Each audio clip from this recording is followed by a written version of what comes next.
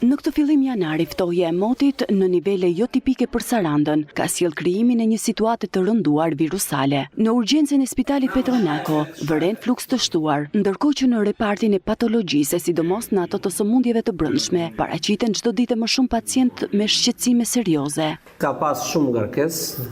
Situata virale është shumë me avancuar tani në krahasim me disa ditë më para vitit të ri.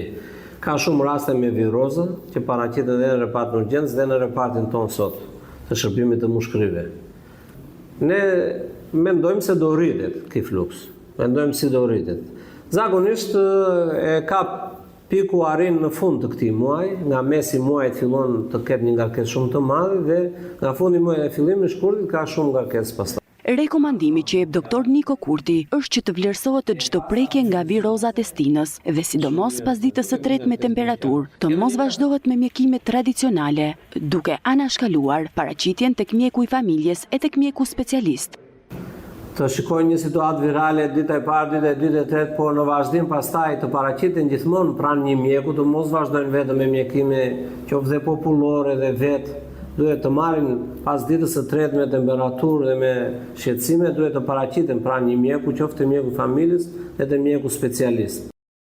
Ulja e temperaturave parashikohet të jetë edhe gjatë javëve në vijim, e kjo e bën të nevojshme rritjen e kujdesit prej tyre, ashtu dhe vlerësimi në kohë të çdo ndikimi në parametra shëndetësore, sidomos tek fëmijët edhe tek të moshuarit.